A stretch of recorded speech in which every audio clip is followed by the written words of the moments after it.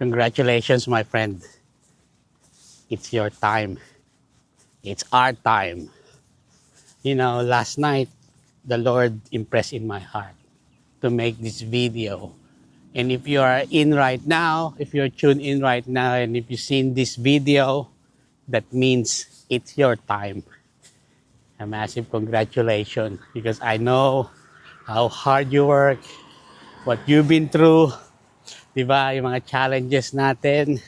And finally, sabi ng Panginoon, it's our time. So, I remember sabi sa Isaiah 60:22, when the time is right, I, the Lord, will make it happen. And I believe in my heart, na reason that it was impressed in my heart to say this to you is because it's happening. It is already happening. And I am so happy, my friend, that you stick to it, that you didn't surrender, you didn't quit. So it's time to reap the reward. My friend, I'm so excited kasi nga, alam ko na ang hirap eh. It's not easy dahil most of the time nakaligtaan ka, most of the time secondary ka, most of the time kaibigan na ang dami-daming problema. Ang daming pagsubok na dumating.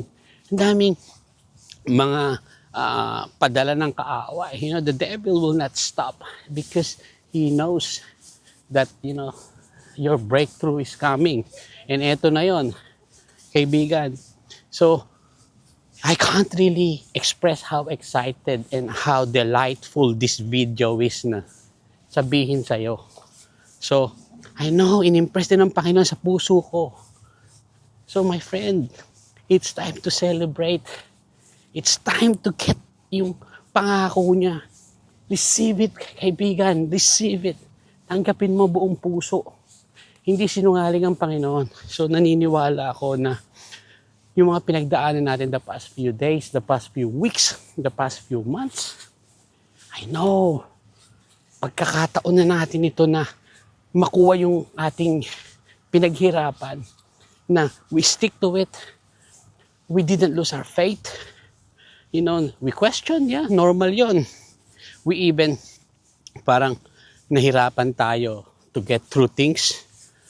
But congratulations, my friend. You're here. You are watching this. So, talagang ang ganda at ang galing ng Panginoon. Dahil, no matter na kung ano yung man yung mga pinagdaanan, mga pagsubok natin, di ba? And I don't know what your journey is. I can only speak to myself. Na, para bang, kaibigan, parang walang katapusan. Yung pang hindi na matatapos, di ba? Yung parang ang sakit. Meron ka legal battles, meron ka sigurong issues sa relationship, sa financial. So maybe yung pinagdadaanan mo, kaibigan, you being neglected, sa work. Maybe there's a lot of things na hindi fair. Pero kaibigan, this is your time. So, this week, I want you to expect really great things.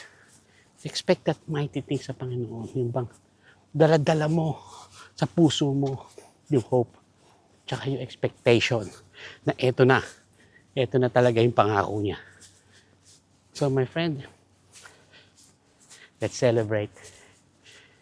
And I know in my heart that hindi pa to tapos. Marami pang darating na mabubuti. Because we've been faithful, because we give our best sa lahat ng ginagawa natin. Hindi man tayo minsan nakikita ngayon. It's for us to shine. It's our time, my friend. It's our time. So, congratulations.